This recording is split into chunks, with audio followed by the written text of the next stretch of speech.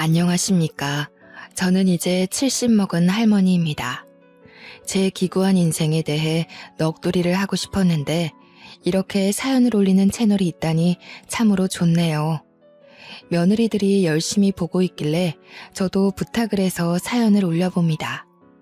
저에게는 참으로 슬픈 사연이지만 앞으로는 행복만 가득할 예정이라 슬픈 이야기 툴툴 털어내려 써봅니다. 말주변 머리가 없어 며느리들이 글을 대신 써주느랴 고생이겠지만 나중에 맛있는 거 사주면 되겠죠? 저는 아주 평범하게 자랐습니다. 작게 인쇄소를 하시던 아버지 밑에서 잉크 냄새를 맡으면서 자랐습니다. 어머니께서는 손이 넉넉하신 분이셔서 늘 만든 음식들을 사람들에게 베풀며 살아오셨습니다. 엄청나게 부유했던 집은 아니지만 아버지의 일거리가 끊임이 없었기에 가난에 허덕이는 일 없이 잘 먹고 무럭무럭 자랐습니다. 아버지께서는 늘 저에게 좋은 사람 만나서 시집을 잘 가야 한다고 했었습니다. 그때만 해도 여자가 일을 하면 남자가 놀고 먹는 한량인가 하는 소리를 들었다고 했습니다. 자고로 굶겨 죽이지 않을 남자와 결혼해서 아들, 딸 많이 낳고 살아야 복이 있다는 소리를 듣는다고 했죠. 어머니께서도 아이를 많이 낳아 다복한 가정을 이루고 싶어 하셨었지만 저를 낳고 몸이 안 좋아지시는 바람에 아이를 더 갖지 못하게 되셨다고 했습니다. 하나뿐인 딸이기에 얼마나 애지중지 키웠겠습니까? 그런 저에게 소위 말하는 좋은 남자가 생겼고 양가의 축복 아래 결혼도 하게 되었습니다. 하지만 결혼하고 나서 점점 상황이 이상해졌습니다. 갑자기 시아버지께서 심장마비로 객사를 하셨고요. 시어머니께서는 시아버지를 잃은 슬픔에 시름시름 앓다가 돌아가셨습니다. 결혼하자마자 치룬 장례에 저는 정신이 없었습니다. 거기다가 두 분의 상을 치룬 지 얼마 안 되어 저희 아버지 인쇄소에 불이 나서 주변 건물들까지 손해를 끼치고 말았습니다. 한순간에 전 재산을 잃고 주변 상가에게도 피해를 변상해야 했습니다. 그래도 저는 두 분 건강에 이상이 없다는 것만으로도 감사했습니다. 하지만 빚더미에 앉게 되었습니다. 그때는 보험이랄 것도 제대로 없어서 피해 변상은 고스란히 아버지의 몫이었습니다. 저희 남편은 제 부모님의 몫의 빚까지 떠안아 주겠다고 했습니다. 저는 면목이 없었죠. 하지만 정말 좋은 남자였습니다. 저에게 아무런 걱정하지 말라고 우리 마누라 고생은 절대 안 시킨다면서 본인 일을 늘리더라고요. 남편은 건설 현장에서 타일을 붙이는 일을 하는 타일공이었습니다. 몸이 매우 힘들지만 일을 하는 만큼 돈을 벌 수 있는 직업이었습니다. 남편은 일을 늘려서 하루 종일 집에 붙어 있지 못했습니다. 그런 남편을 보면서 저희 친정 부모님은 참 마음 아파하셨습니다. 그러다가 어깨를 다친 남편이 잠시 일을 쉬게 되었어요. 목구멍에 풀칠이라도 해야 하는데 너무나도 걱정이 많았습니다. 제 걱정이 늘어나고 한숨이 늘어날 때마다 남편은 늘 미안해했습니다. 미안해 여보, 내가 다치지만 않았어도. 무슨 그런 서운한 소리를 해요. 당신이 이만큼만 다친 것도 너무 다행이에요. 저는 남편을 대신해서 일을 하기 위해 부업을 시작했습니다.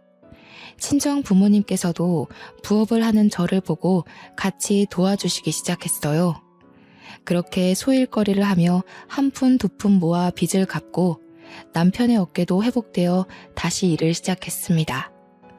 당시에 새로운 건축 양식이 유행하면서 화장실에만 붙이던 타일을 주방이나 거실에도 붙이기 시작했어요. 남편의 일거리는 늘었고 저희 가족은 다시 안정을 찾을 수 있었습니다. 저는 하던 부업을 놓치지 않고 열심히 가게의 보탬이 되기 위해 노력했습니다. 그러던 어느 날 친정 어머니께서 저에게 급히 전화를 하셔서는 혹시 임신했냐고 물어보시는 거예요. 저는 별다른 증상을 못 느끼고 있었는데 순간 생리가 늦어지고 있다는 것을 알았습니다.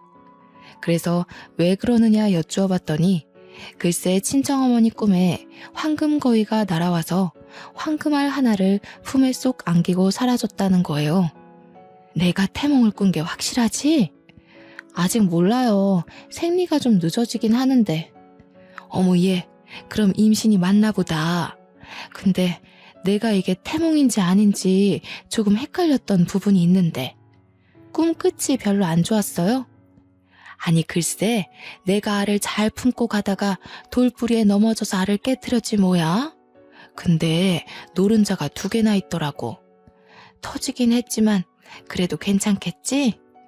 저는 어차피 꿈이고 아직 임신한 것도 아닌데 너무 걱정하지 마시라고 전했습니다. 그날 저녁 약국에서 임신 테스트기를 사왔어요. 약사님께서 아침 첫 소변으로 하는 게 가장 정확하다고 하셔서 다음날 아침까지 기다렸습니다. 임신 테스트기에는 양성 반응이 떴어요. 제가 정말로 임신을 하고 만 것이었죠. 아이를 벌써 가지려는 계획은 없었지만 그 당시에 계획이라는 게 뭐가 있나요? 생기면 생기는 대로 낳는 것이 당시의 규칙이었죠. 그런데 이상하게도 먹는 거 없이 살이 많이 찌기 시작했어요. 입덧이 꽤 심한 편이었음에도 불구하고 다른 임산부들보다 배가 훨씬 불러왔습니다.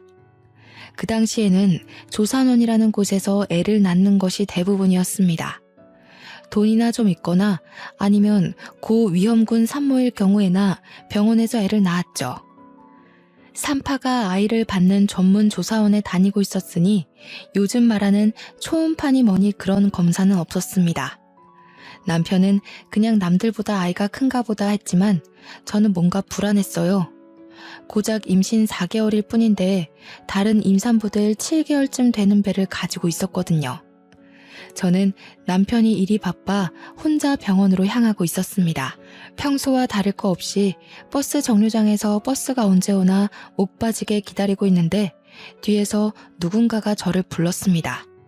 뒤를 돌아봤는데 아무도 없었어요. 영 꺼림칙해서 앞을 보려는데 다시금 소리가 들려왔습니다. 저 멀리서 웬 할머니 한 분이 색동 저고리를 입고 저에게 손짓을 하고 있었어요. 저는 덜컥 겁이 났습니다. 너무나도 선명하게 보이는 색동 저고리에 제가 귀신을 보고 있나 싶었거든요. 제가 쭈뼛쭈뼛 하면서 무시하려고 하자 할머니는 제게 큰 소리를 내면서 말했습니다. 당장 이리 오래도. 저는 제 귀를 쩌렁쩌렁하게 울리는 호통에 놀라서 뭔가를 홀린 듯 할머니 앞으로 다가갔어요. 할머니는 길에서 돗자리를 펴놓고 사주 같은 걸 봐주시는지 작은 나무상에 한자로 된 책을 3권 정도 올려두셨더라고요. 저는 임신한 몸이라 솔직히 뭔가 내키지 않았습니다. 보자, 이름이 뭐고? 제 이름이 왜요? 우리 할망은 그렇게 말대꾸하는 거 안 좋아한다. 이름이 뭐고? 윤순애입니다. 아이고, 이름 획수가 잘못된 게 틀림없네. 진실한 순자 쓰나. 제 이름은 참으로 진실로 할 때 순자를 쓰고 있었습니다. 한자를 말하지도 않았는데 덜컥 맞추는 할머니에 소스라치게 놀랐습니다. 우리 할망이 그러는데 이름에 삼수변 삼액자가 붙어야 하는데 기구한 운명의 획이 하나 추가되어 죽을 사가 붙었다고 하시는구만. 진실로 순자가 아니라 따라 죽을 순이 붙었어. 저는 너무나도 기분이 나빴습니다. 제 아이가 뱃속에 떡하니 자리를 잡고 있는데 그런 불길한 소리를 하니 얼마나 불안하고 불쾌했겠습니까? 자리를 박차고 일어나려고 하는데 할머니께서 제 손을 꽉 붙들어 매셨어요. 그 힘이 얼마나 강하던지 제가 감히 이길 수 없는 정도였습니다. 갑자기 눈알을 확 뒤집었다가 푸시더니 제 눈을 똑바로 쳐다보고 제 배를 뚫어져라 보셨습니다. 그러더니 쌀알을 몇 개 휙 던지시고는 중얼중얼 하시는 겁니다. 저는 너무 소름 끼치고 무서워서 도망가고 싶었는데 두 다리가 묶인 것 마냥 그 자리에서 일어날 수가 없었습니다. 너무 끈끈하게 묶여 있어서 내가 그 끈을 함부로 풀어낼 수가 없네. 자네 아이 둘 다 살리고 싶으면 한 아이를 포기해야 해. 아이 둘 다 살리고 싶으면? 그게 무슨 소리래요? 뱃속의 아이 말이야. 쌍둥이를 가졌잖아. 저는 그제서야 제 배가 왜 남들보다 큰지 이해가 갔습니다. 병원에 가서 정확하게 검사한 것은 아니지만 어머니의 태몽에서 쌍란이 나온 것도 그렇고 지금 할머니께서 쌍둥이라고 하는 것도 그렇고 말이죠. 저는 뭔가 깨달음을 얻은 듯한 얼굴을 했지만 그럼에도 불구하고 의문이 남았습니다. 제가 쌍둥이를 가졌을 수도 있지만 둘 다 살리고 싶으면 한 아이를 포기하라는 게 무슨 소리세요? 우리 할망이 자세하게 말해주면 운명이 바뀐다고 했는데 자네 인생이 기구해서 내가 조금 더 풀어주지. 뱃속의 쌍둥이 명이 짧아 따라 죽을 운명이란 말이다 이거야. 저는 점점 듣는 게 거북해졌습니다. 아직 태어나지도 않은 아이들에게 저주를 퍼부어도 너무 심하게 붙는 것 같았습니다. 할망인지 뭔지가 귀신인지 신인지 모르겠지만 우리 아이에게 저주를 붓는 것만 같았어요. 애 둘 다 낳을 생각 말고 하나만 낳아. 하나를 일찌감치 지우면 그 수명이 다른 쌍둥이에게 붙어서 오래오래 살 거요. 아니, 무슨 그런 저주를 퍼부으세요? 저주라니. 내 말을 들어야 다들 오래 살 수 있어. 그 아들이 따라 죽을 업보를 타고 태어나는 거니까. 내 말 들어. 할머니 너무해요. 태어나지도 않은 아이들한테. 내가 뭘 했어. 저 업보를 타고난 인간들은 내 말을 듣지 않는데도. 갑자기 목소리가 바뀐 할머니는 저를 확 째려보셨습니다. 이전까지는 호통은 치셔도 눈빛은 안타까워하는 눈빛이셨는데 지금은 눈빛에 도끼가 가득했어요. 자식은 물론이고 다른 사람도 살고 싶으면 애 하나를 버려. 그러면 그 수명 골고루 나눠 먹을 테니. 그러더니 할머니는 저의 다른 말들을 모두 무시한 채 나무 탁상을 탁탁 챙기고 돗자리를 휘리릭 말아서 들고는 골목 끝으로 사라졌습니다. 저는 멍하니 사라지는 할머니의 뒷모습을 바라보았어요. 그러다가 정신을 차리니 제가 뭘 하고 있었는지를 모르겠더라고요. 홀렸다는 말의 뜻을 정확하게 알 수 있는 순간이었습니다. 저는 원래의 목적대로 산부인과에 가기 위해서 버스에 올라탔습니다. 버스를 타고 병원으로 가는 내내 속이 울렁울렁 거리더라고요. 가까스로 정신을 부여잡고 병원에 도착해서 검사를 마치니 정말로 쌍둥이가 뱃속에 있다지 뭐예요. 참말로 신기한 경험이 아닐 수 없습니다. 친정엄마가 꾸신 꿈도 그렇고 점쟁이로 보여지는 할머니도 그렇고 모두들 저에게 쌍둥이에 관련된 이야기를 해주셨으니까요. 그런데 쌍둥이인 걸 알자마자 제 마음속에 불안의 촛불이 탁 켜졌습니다. 쌍둥이 명이 짧아 따라 죽을 운명이란 말이다. 저는 서둘러 동네로 왔습니다. 그리고는 점쟁이 할머니가 있었던 그 자리로 달려갔어요. 하지만 할머니의 흔적은 그 어디에도 없었습니다.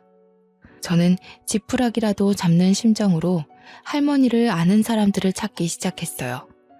근처 상인들이라면 충분히 알고도 남았을 것이라고 생각했습니다. 저기요, 과일 가게 아주머니. 여기서 앉아서 점을 보시던 색동옷 입은 할머니 못 보셨어요? 어머 세댁, 무슨 꿈이라도 꿨어? 이 근처에는 그런 점쟁이 할멈 없어. 내가 여기서 장사를 10년 넘게 했는데 그런 할머니는 못 봤는걸?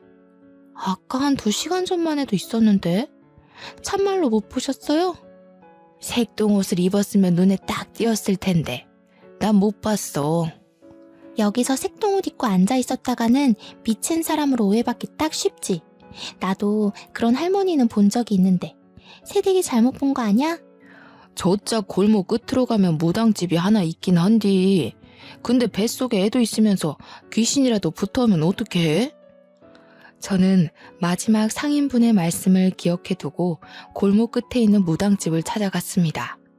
임신해서 부른 배를 하고 들어가기 좀 무서웠지만 금방 점쟁이가 버선발로 나와 저를 맞이해 주었습니다. 하지만 제가 낮에 봤던 할머니가 아니었어요. 저는 점을 보지 않겠다고 하고는 다시 나왔습니다. 그 이후로도 며칠을 버스 정류장 앞에서 할머니가 앉아있던 곳을 바라보며 기다렸지만 그 할머니는 영영 나타나지 않았습니다. 정말 소름이 쫙 돋았어요. 그 할머니는 도대체 어디서 나타나 저에게 말을 걸고 사라진 걸까요? 뱃속에 제 아이가 쌍둥이라는 것은 어떻게 알았을까요? 저는 좋은 것만 생각하기로 결심했습니다. 나쁜 기억들은 모두 지우기로 했어요.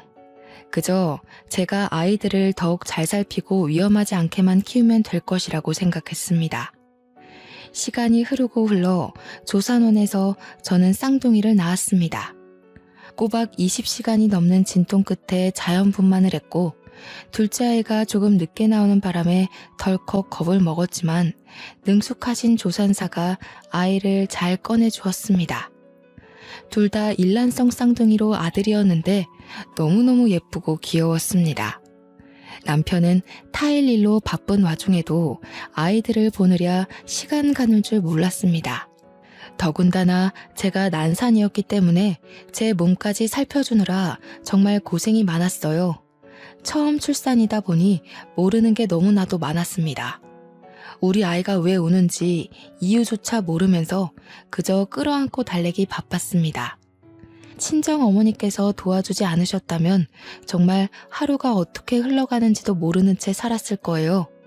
가끔은 너무 울어대는 쌍둥이들 탓에 정신이 나갈 것 같았지만 그럼에도 내 새끼라 그런지 정말 예뻤습니다. 잘 때는 또 얼마나 천사 같던지요. 아이를 키우며 정신없이 살았습니다.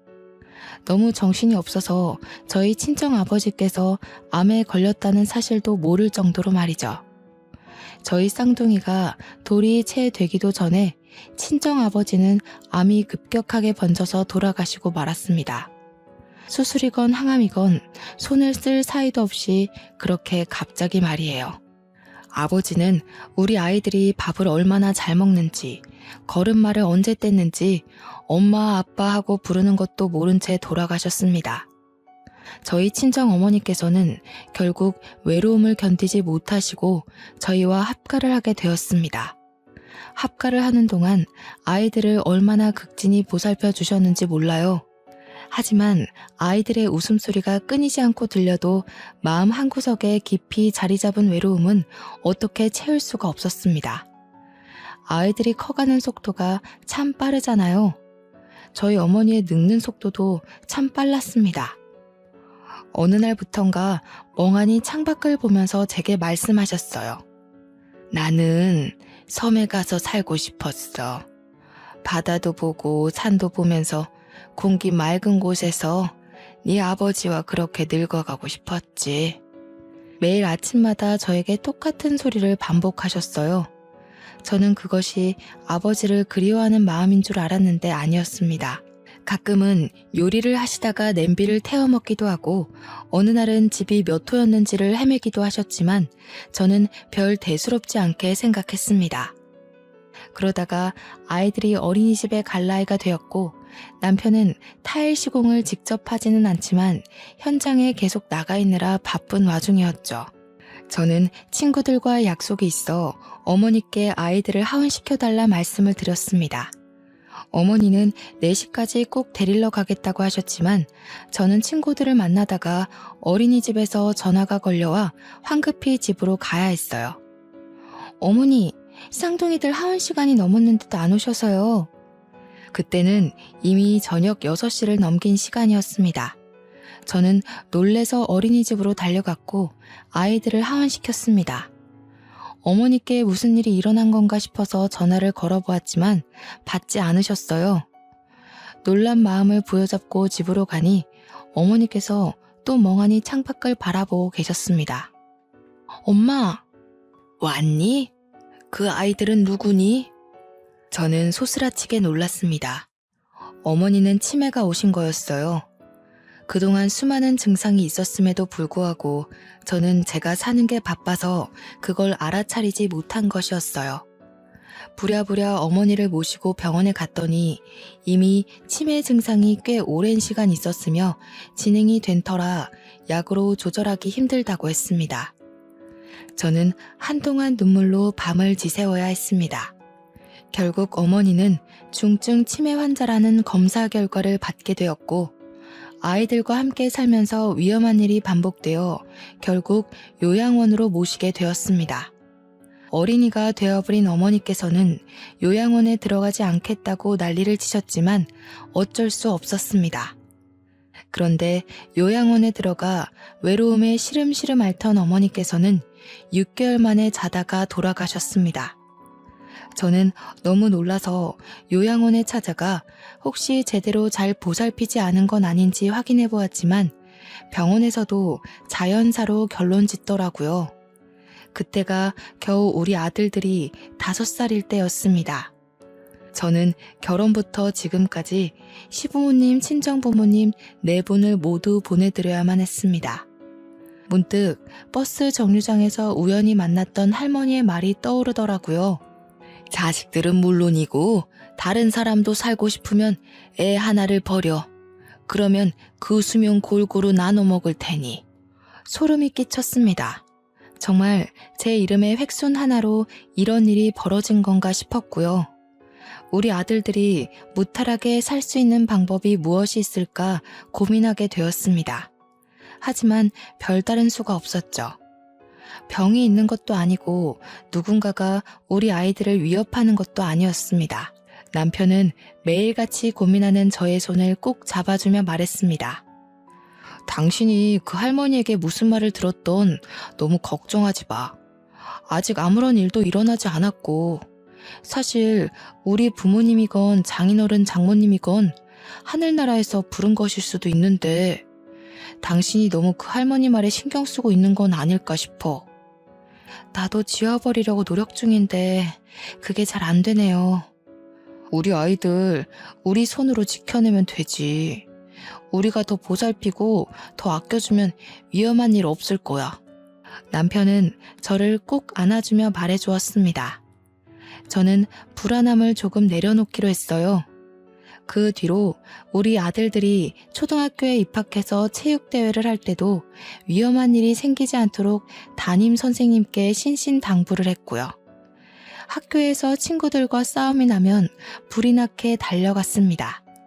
그때 당시만 해도 학교에서 체벌이 공공연하게 이루어졌던 시기라 매 학년마다 담임 선생님을 찾아가 체벌은 절대 안 된다고 말씀을 드렸고요. 시장을 다닐 때에도 제가 매일같이 데려갔고 또 데리고 오면서 위험한 상황 자체를 만들지 않으려고 했습니다. 물론 주위에서는 너무나도 극성이라고 손가락질을 하기도 했죠. 하지만 자식 목숨이 달린 일인데 어느 부모가 가만히 있을 수 있겠습니까? 우리 아이들은 무럭무럭 자랐습니다. 울음만 까져도 제가 소스라치게 놀랐기 때문에 정말 남자 아이들로서는 별로 상상할 수 없을 정도로 흉터 하나 없이 잘 컸습니다. 예방접종을 할 때에도 일일이 알레르기 검사를 하고 안전성을 수십 번 물어보고 맞췄으니까요. 아이들이 고등학생이 된 이후부터는 마음이 한결 편하더라고요. 성인과 별 다를 것 없는 몸을 하고 있었으니까요. 우리 아들들이 키도 꽤 컸고 몸도 다부졌거든요. 무엇보다 예의도 바르고 제 말을 잘 들어주는 자상한 아들들이었습니다. 정말 아픈 데 하나 없이 다치는 데 하나 없이 잘 자라주었습니다. 저는 평온한 일상이 반복되자 점쟁이 할머니의 말을 완전히 까먹어버렸습니다. 그도 그럴 게 수능도 잘 치렀고 대학도 둘 다 원하던 학과에 붙었거든요. 대학생이 되어 초반에 놀러 다니느랴 집에 잘 안 들어왔을 때는 조금 걱정이 되었지만 아들들은 걱정 말라고 했습니다. 그렇게 제일 걱정이던 군대도 잘 다녀오고 대학도 졸업하고 둘 다 취직이 되었을 땐 저와 남편 모두 안심했습니다. 남편은 저에게 웃으며 놀리기까지 했죠. 어릴 때는 어디 다쳐서 피라도 나면 기절할 것처럼 굴었던 사람이 그봐 마음을 달리 먹으니까 우리 아들들도 잘 자라서 이렇게 어엿한 성인이 됐잖아. 저는 남편을 보며 활짝 웃었습니다. 사람은 역시 마음먹기에 달린 거라 생각했죠. 그러던 도중 첫째 아들이 여자친구를 소개시켜주겠다고 했습니다.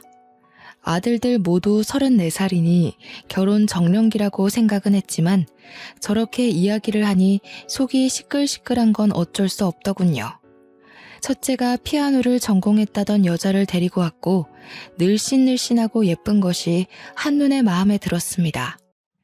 인사를 나누는 자리에서 처음에 저를 어색해했지만 제가 마음을 열고 다가가니 사르르 녹는 애교를 장착하고 저를 대하더군요. 이래서 우리 아들이 푹 빠진 건가 보다 싶었습니다.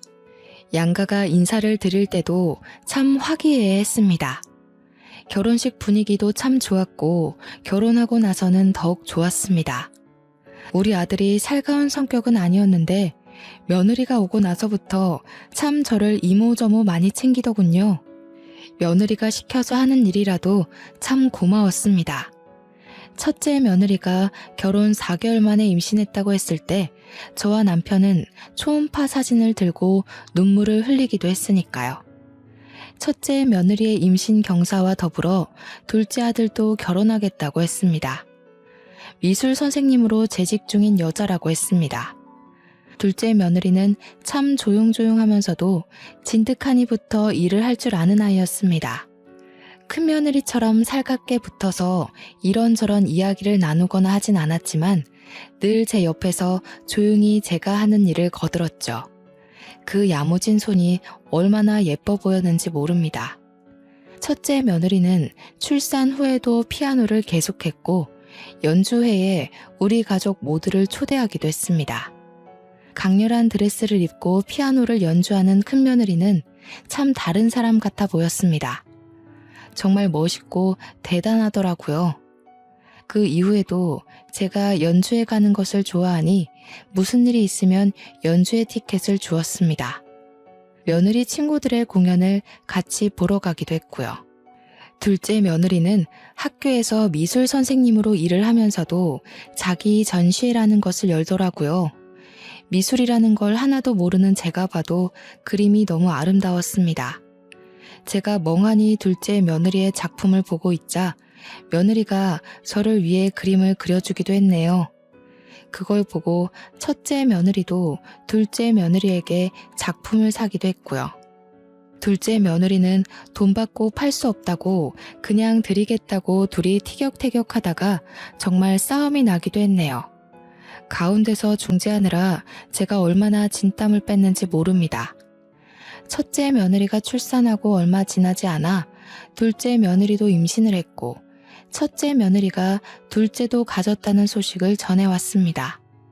한순간에 대가족이 되어버려 저와 남편은 정신이 없었죠. 첫째 며느리가 아이를 봐달라고 하면 한달음에 달려가 아이를 돌봐주기도 했고 제가 먼저 아이를 돌봐줄 테니 목욕탕이라도 가서 때라도 밀고 오라고 할 때도 있었습니다. 그럴 때마다 같이 못 가서 아쉽다는 며느리를 어찌 예뻐하지 않을 수가 있을까요? 정말 고부간의 갈등이라는 건 하나도 겪어본 적이 없습니다. 첫째네 손주 2명에 둘째네 손주 하나, 이렇게 세 아이를 동시에 돌봐 집안이 난장판이 되어도 참 즐거웠습니다. 며느리들도 저를 얼마나 의지했는지 모릅니다. 그러던 도중 저에게 또 한 번 시련이 찾아왔습니다. 하나뿐인 제 남편이 세상을 떠나버린 것이었습니다. 사고였지만 제 마음은 받아들이기가 힘들더라고요. 아들과 며느리들 손주들까지 할 거 없이 장례식장을 지키고 사돈댁들도 전부 와서 저를 위로해 주었습니다. 첫째 며느리와 둘째 며느리 모두 남편의 몫까지 저를 챙기겠다고 진심의 눈물을 흘리며 약속했죠. 저는 너무나도 외롭고 쓸쓸했지만 매일같이 전화하고 자주 찾아오는 며느리들 덕에 그 슬픔도 훌훌 털어낼 수 있었습니다. 오죽하면 저에게 합가를 하자고 하는데 도무지 아들네 집에 얹혀 살 마음까진 들지 않더라고요. 대신 남편과 아이들을 키우며 한평생 살았던 집을 처분하고 작은 빌라로 이사를 갔습니다. 첫째와 둘째네 집 모두 가까운 동네로 말입니다. 집이 가까워지니 며느리들도 더 자주 저를 찾아오더군요. 저는 정말 시간 가는 줄 모르고 며느리들과 신나게 놀러 다녔습니다. 어찌나 서울 구석구석에 맛집이 넘치고 카페들이 넘치던지 생전 남편이랑은 가본 적도 없는 곳이었어요. 며느리들과 돌아다니면서 얼마나 재미졌는지 모릅니다. 그러자 둘째 며느리가 여행을 가는 것이 어떻겠냐고 묻더라고요.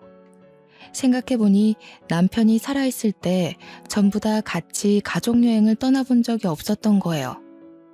아버님 살아계실 때 갔어야 했는데 너무 아쉽네요.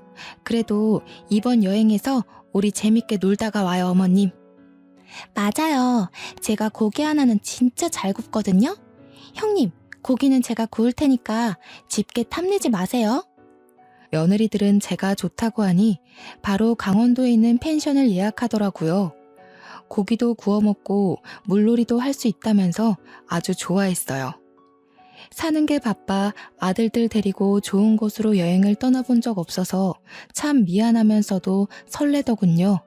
첫째 아들의 둘째 손주와 둘째 아들네 첫째 손주는 너무나도 아기라서 사돈 댁들이 맡아주시겠다고 즐거운 여행 다녀오라 하시더라고요. 저는 감사 인사를 전화로 전달하고는 첫째 아들네 차에 올라타려 했는데 갑자기 첫째 손주가 떼를 쓰기 시작했습니다. 할머니, 할머니랑 엄마랑 작은 엄마랑 이렇게 탈래요. 응? 아빠가 운전하는 차에 타지 않고? 여자는 여자끼리, 남자는 남자끼리. 요즘 유치원에서 여자 남자 편갈라서 논다고 하더니 집에서도 이러네요. 형수님, 조카가 원하는데 뭐 어때요? 저랑 형이랑 운전해서 갈 테니 형 차를 형수님이 운전해서 오시면 되겠네요. 좋아, 좋아. 손주의 바람대로 여자차, 남자차 나눠서 타기로 했습니다. 첫째 며느리가 운전하는 차에 저와 손주 둘째 며느리가 타고 둘째 아들이 운전하는 차에 첫째 아들이 앉았습니다. 그렇게 강원도 횡성에 있는 펜션에 가기로 하고는 차를 출발해서 한창 고속도로를 타고 있었습니다. 두 번째 휴게소에서 만나자 약속을 했다고 했는데 아무리 기다려도 아들네 차가 도착하지 않았습니다. 불안한 마음에 며느리들이 전화를 해봤지만 둘 다 전화도 받지 않았고요. 모르는 번호로 전화가 걸려오고 나서야 저는 점쟁이의 말이 떠올랐습니다. 온몸에 소름이 돋으면서 다리에 힘이 풀렸고 전화를 받은 첫째 며느리의 표정이 일그러지는 것을 보면서 확신을 했습니다. 둘째 며느리는 영문도 모른 채 주저앉은 저를 부축했고요. 첫째 며느리는 갑자기 온몸을 떨면서 눈물을 흘리기 시작했어요. 저는 그 모습을 보면서 같이 눈물을 흘렸습니다. 남편들 차가 사고가 나서. 네? 형님, 그게 무슨 소리예요? 며느리들과 저는 황급히 병원으로 달려갔고 거기서 싸늘하게 식은 두 아들을 만날 수 있었습니다. 과적제 화물 트럭에서 떨어져 나온 벽돌이 아들 차를 뚫었다고 했습니다. 벽돌을 맞은 둘째 아들은 즉사, 피하려고 차를 틀다가 가드레일을 받은 첫째 아들은 병원으로 이송 도중 사망했다고 하더군요. 그게 우리 아들들 나이가 고작 40살일 때였습니다. 아들들의 장례를 어떻게 치렀는지 기억도 나지 않습니다. 너무나도 정신이 없었고 온통 곡소리뿐이었습니다. 저는 더 이상 흐를 눈물도 없겠구나 했는데 또 눈물이 나오더라고요. 며느리들은 저를 붙잡고 어머니 어떡해요 하는데 해줄 수 있는 말이 없더군요. 발인을 끝내고 장지에 두 아들을 묻고 집으로 돌아와 아무도 없는 텅 빈 집에서 홀로 잠이 들었는데 꿈속에 그 색동옷 입은 할머니가 나타나더군요. 세월이 40년이나 흘렀음에도 여전히 버스 정류장에서 만났던 그 모습을 하고 말입니다. 내가 하나만 살리라고 했잖아. 그래야 수명을 늘릴 수 있다고. 네 이름 획수가 잘못되어 줄줄이 따라가는 거라고 했잖아. 이제 저는 어떡해요? 며느리들까지 무슨 화가 생기면 어떡해요? 네 핏줄의 인연이 모두 끝이 났으니 더 이상 따라가는 사람이 없을 게야. 그 말을 뒤로 한 채 할머니는 사라졌고 저는 꿈에서 깼습니다. 제게 나타나서 더 이상 따라가는 사람이 없을 거라 했지만 저는 불안했어요. 저는 빌라를 매매로 내놓았습니다. 자리가 좋고 신축이라 그런지 금방 좋은 값을 받고 팔 수 있었습니다.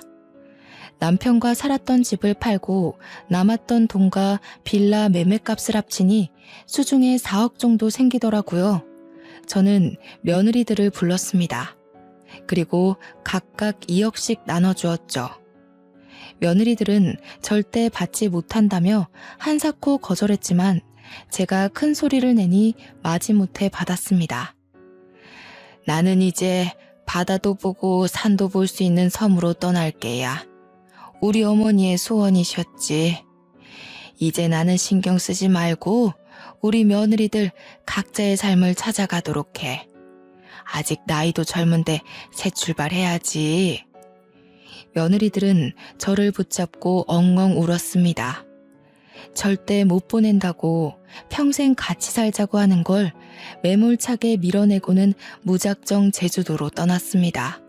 그리고는 무작정 수녀원에 들어가 저를 받아달라고 했죠. 큰 수녀님께서는 제 사정을 묻지도 않으시고 저를 받아주셨습니다. 매일같이 기도를 드리며 스스로 감옥 생활을 자처했습니다. 그런 제가 참 안쓰러웠는지 어린 수녀들이고 큰 수녀님이고 할 것 없이 매일같이 저를 불러다가 맛있는 걸 먹여주시고 좋은 경치를 구경시켜 주었습니다. 그럼에도 불구하고 저는 두 아들들을 먼저 보냈다는 죄책감을 이겨내기 힘들었어요. 그렇게 1년을 넘는 시간 동안 열심히 수련을 하고 기도를 하니 마음 한구석이 한결 편해지더군요. 그런데 어느 날 큰 수녀님이 저를 찾는 사람들이 있다면서 기도를 하고 있는 저를 불러냈습니다. 앞마당에 나가니 첫째와 둘째 며느리들과 손주들이 저를 기다리고 있었습니다. 순간 눈물이 터지는데 흐르는 눈물을 막을 수가 없었습니다. 며느리들도 저보고 눈물을 흘리고 있더군요. 천천히 이야기하라면서 자리를 비켜주신 큰 수녀님 덕에 저희는 이산가족 상봉하듯 끌어안고 엉엉 울었습니다. 어디 가셨는지 알려주지도 않으셔서 정말 못 찾는 줄 알았어요. 알고 보니 저를 찾느라 참 고생했다고 하더군요. 제가 거주지를 옮기지 않고 지내다가 며칠 전에서야 전입신고를 수녀원으로 했는데 그걸 보고는 찾아온 것이었습니다. 어머님, 이제 저희와 같이 서울로 올라가요. 저희 그동안 취직도 하고 대출도 받아서 마당에 있는 주택을 샀어요. 어머님 모시고 살려고 일부러 큰 집으로 구했어요. 내가 염치 없이 어떻게 거기서 살 수가 있겠니? 괜한 짓을 했구나. 나는 여기가 편하고 저희 취업해서 일을 해야 한단 말이에요. 그럼 손주들은 누가 봐주시나요? 어머님이 와서 사랑으로 보살펴 주세요. 우리 남편들처럼 그렇게 키워주세요. 울면서 떼를 쓰는 며느리들에게 매몰차게 돌아가라 이야기를 하지 못하겠더군요. 며느리들은 인근에 숙소를 잡았다면서 기다리겠다고 꼭 같이 돌아갈 거라고 했습니다. 제 이야기를 대충 들은 큰 수녀님께서 무슨 걱정이 있으냐며 며느리들을 따라가라고 하시더군요. 우리 자매님께서 앞으로 얼마나 더 이 세상에 있다가 하나님의 부름을 받으실지 모르지 않습니까? 마지막은 가족들과 함께 오순도순 지내시면 얼마나 행복할까요? 저는 큰 수녀님의 말씀에 큰 결심을 하고 며느리들에게 연락을 했습니다.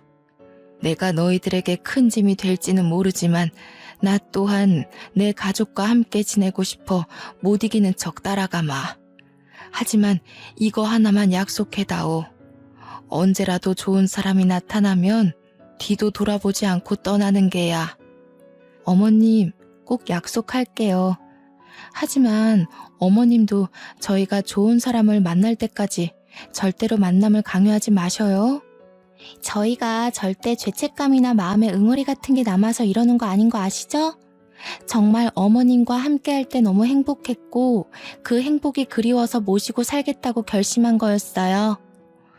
나도 너희와 함께 할 때 참 행복했단다. 하지만 죽은 아들들 때문에 이러는 거면 내가 너무 부담스럽구나. 저희는 그저 어머님과 함께 하고 싶은 것 뿐이에요. 말씀대로 약속 꼭 새겨 드릴게요. 며느리들은 걱정 말라고 약속을 꼭 하겠다고 했습니다. 저는 며느리들이 구해놨다는 서울에 마당이 딸린 주택으로 이사를 했고 지금은 손주들을 돌보면서 행복하게 지내고 있습니다. 우리 며느리들에게 좋은 사람을 언제든지 찾아가라 했지만 약속만 해놓고 지키지도 않네요. 벌써 같이 산 지 5년이라는 세월이 흘렀는데 손주들 쑥쑥 크는 맛에 참 재미지게 삽니다. 큰며느리, 둘째 며느리, 손주 3명과 복작복작 사니 참 외로움을 느낄 시간도 없습니다. 사돈댁들도 여전히 저와 잘 지내고 있습니다. 저를 원망할 법도 한데 저를 참 많이 신경 써주십니다. 얼마 전 둘째 며느리네 바깥사돈이 돌아가시는 일이 있었습니다. 온 가족이 똘똘 뭉쳐 힘겹게 이겨내기로 약속했죠. 둘째 며느리네 안사돈도 우리들의 집으로 모시고 오기로 약속했습니다. 이렇게 온 가족이 하나 되어 살 수 있다니 얼마나 기쁜 일입니까? 앞으로도 영원히 우리 가족은 하나 되어 행복하게 살 겁니다. 나쁜 일은 다 잊어버리고 더 이상 보이지 않는 무언가에 휘둘리지 않으면서 말이죠. 저희 가족의 화창한 봄날을 모두 응원해 주세요. 감사합니다.